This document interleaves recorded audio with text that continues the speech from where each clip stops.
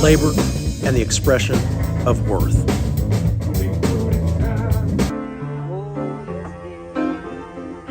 It's way out of tune. Been a long time coming.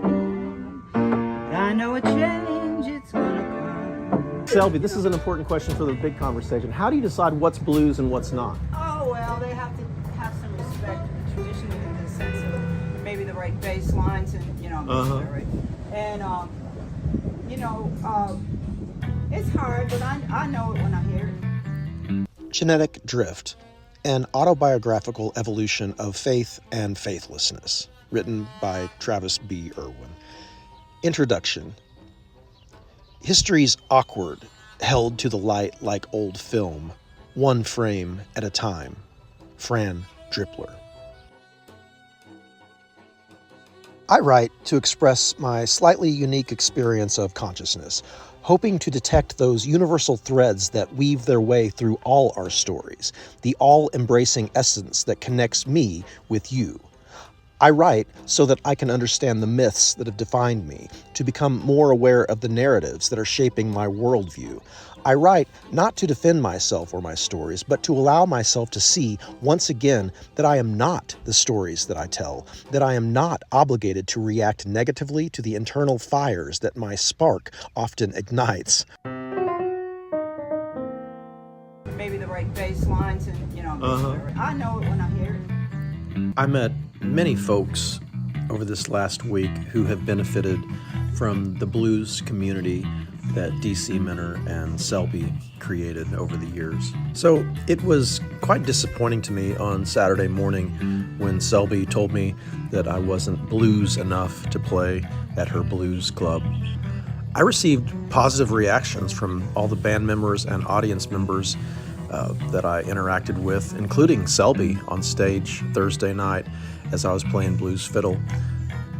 There was at least one member of Selby's congregation who did not believe that my blues gospel was pure enough, and that is understandable. I am not a pure blues man, but which one among you truly is? If you could only smell these right now. My hope is that these stories can be a tool to help me realize that I am not the demons that so often seem to possess me. I hope that, in some small way, these stories might help you too. I have spent most of my adult life trying to exorcise my demons, usually through a difficult relationship that I have with God and self-hate. I have been embarrassed to be me, frequently swinging wildly from grandiose thinking to emotional and mental self-bludgeoning. Making war with my demons has not worked. My current approach is to make friends with these demons, to invite them to tea, to have a conversation with them, to ask them questions. I ask them, how can I help you with your suffering? It appears that these demons are not really terrible creatures at all, that they are wounded parts of my psyche in many instances that have separated themselves from my nurturing nature, taking on a life and a character of their own. I'm not saying there aren't dark entities, so you don't want to, invite those true forces of darkness into your life. However, you can't cast out your own wounded child. There has to be some path of healing.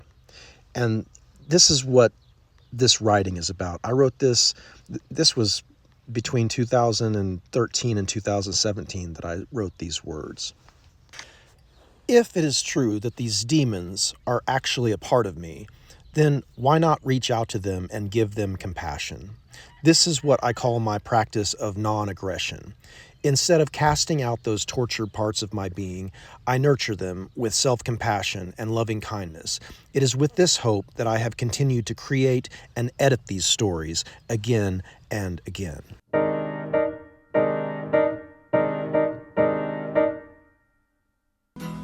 Oftentimes, when we bring our best to a community, it cannot be recognized.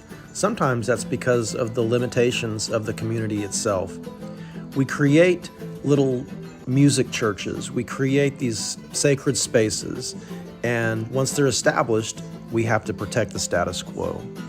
I'm commenting on all of this so directly because it is directly connected with my work along the lines of acknowledging and respecting form. Music has never been static.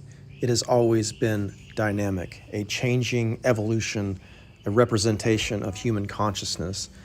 And this is why I bring the idea of church into this, is because spirituality has never been static. There's never been a belief system that we can adhere to secure our salvation. All the diamonds, and she echoed the quilting on them. Can you see it? I write to make peace with my past self and those characters that inhabit my thought patterns, those folks who played the part of other in the narrative of my life. For it is against these phantoms that I have fought a great emotional war. In fact, my mental images of these others have sometimes been possessed by my own personal fears. In this way, I have lived under the illusion that I am fighting someone else when I'm really just making war with myself. I realize that the others who inhabit my stories are not the same people they were years ago, but I have often insisted that these characters remain static in order to fit the purpose of my self-serving storylines. I write to connect with the people that these others have become. I write to release myself from the ties with which these memories bind me.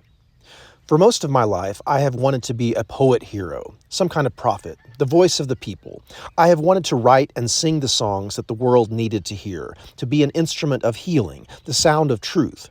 When I failed to attain this hero status, I saw myself as a failure. I now recognize these grandiose goals for what they are, a way of being that is unhealthy for me, a mere analgesic for the inevitable and unrelenting disappointments of life. Why, this is Travis. Stingy up to you for Travis.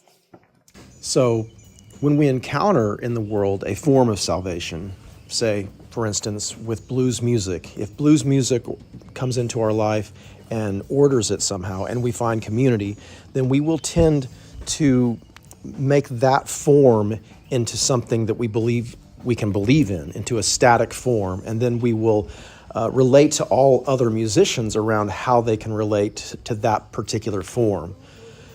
Yet it's supposed to be bigger than that. Not all of us are going to be able to participate in the big picture, but it's important to understand as we have our form that there is a limitation to all form. Is there justice happening here? That's a question that only you can answer for yourself, which is also the only place that true authority can arise from.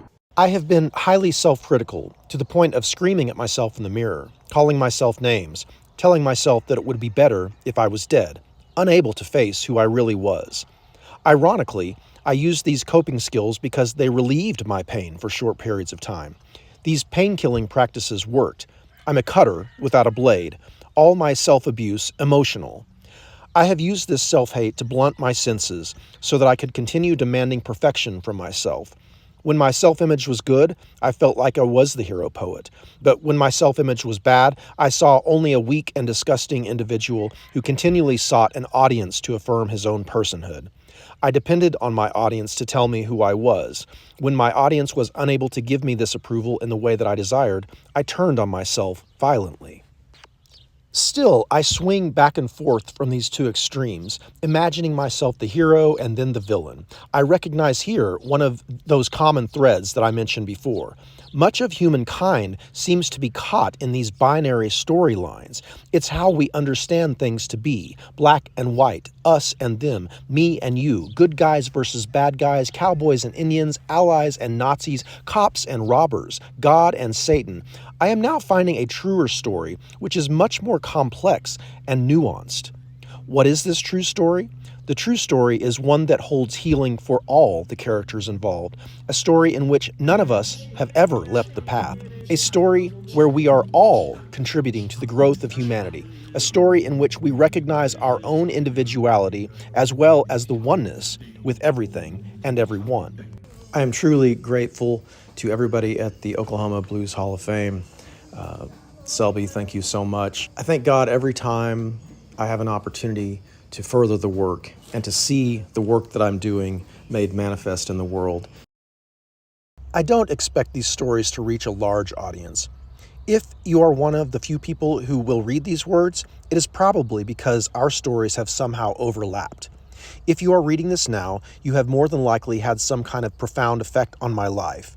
Perhaps I wanted you to know that I am still in the process of waking up from the hypnotic state of suffering from which I have related to so many of you throughout my life.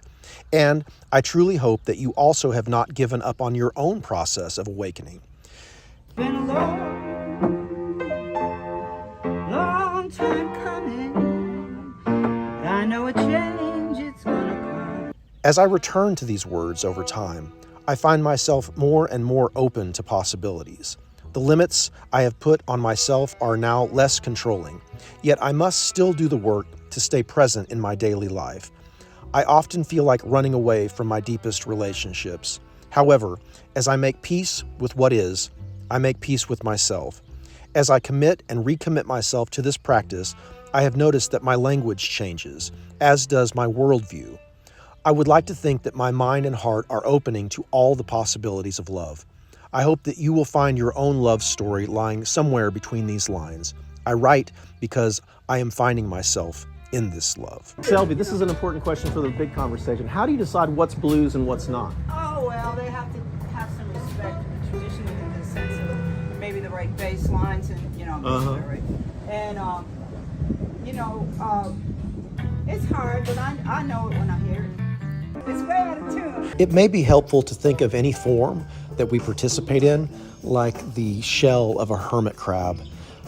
You can get in that shell and you can enjoy the protection, you can grow in there, but at some point you're going to outgrow that shell and you're going to have to go find a bigger shell.